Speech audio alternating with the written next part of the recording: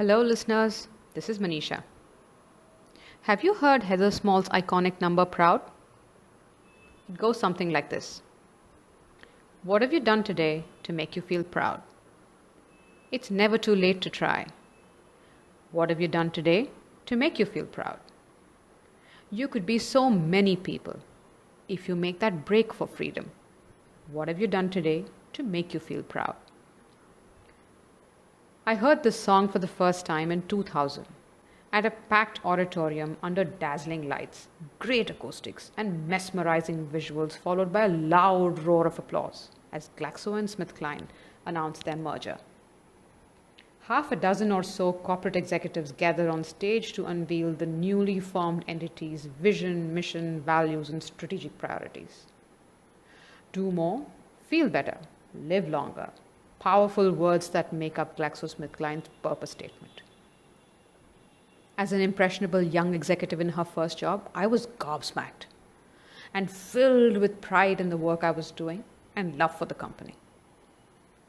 Fast forward a few decades, and those words and Heather Small's song still stay with me and guide my work and life.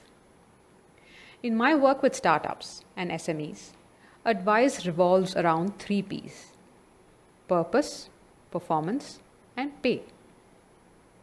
We start with purpose to define the talent strategy, values, a robust organization structure, and a strategic workforce plan tied in with business milestones. All the hard wiring of the soft stuff and the key pillars of a great recruiting machine.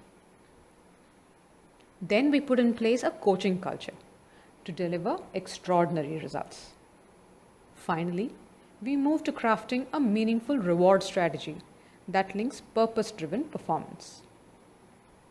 In my work with more established firms, it's about moving from process to impact. At a time when corporations around the world are moving beyond the narrow definition of maximizing shareholder value and expanding their scope to include the well-being of the larger community and all stakeholders, a purpose-led goal and culture are at the heart of everything they wish to accomplish. Purpose statements are democratic in that they apply to companies big and small, communities, and individuals. Anyone who chooses to lead a life or build a corporation with meaning. For ideas on how to infuse purpose into your company, career, or life, do read Purpose Incorporated by John Wood.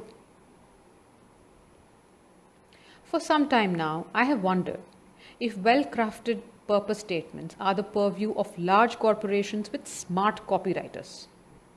How does purpose guide the entrepreneur and the small business owner?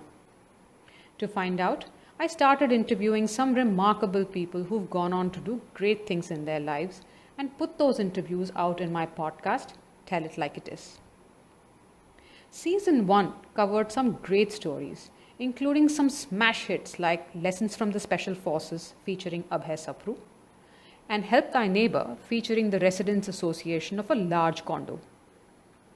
Others that I thought had tremendous potential are the Beer Geek episode featuring Naveen Mittal and Feeding Fellow Indians featuring a bunch of volunteer professionals who went on to provide 5 million meals during the lockdown.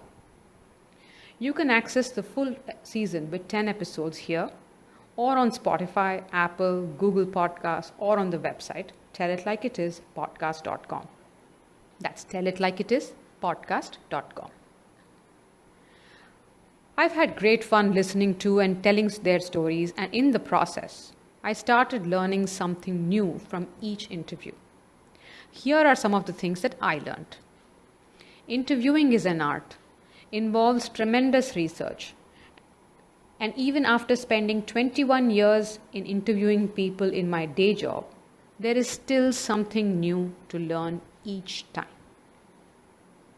Building a narrative is key to storytelling. The third thing I learned is that editing is truly tough. It is truly damn tough. It's ruthless. And I have tremendous respect for editors who literally polish rough stories into shimmering diamonds. Finally, I also learned that once an episode is published, it no longer remains my story. It now belongs to the listeners.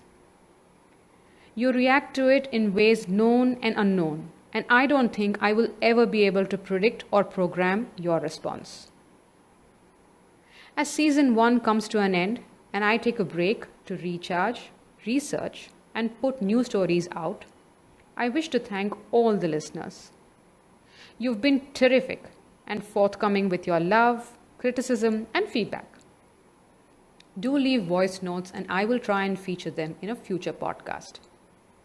Season 2 will be out soon with new stories, tighter edits, and some fantastic people. Do check in. With that, this is Manisha Kadagatur signing off for Tell It Like It Is. Stay well, stay safe.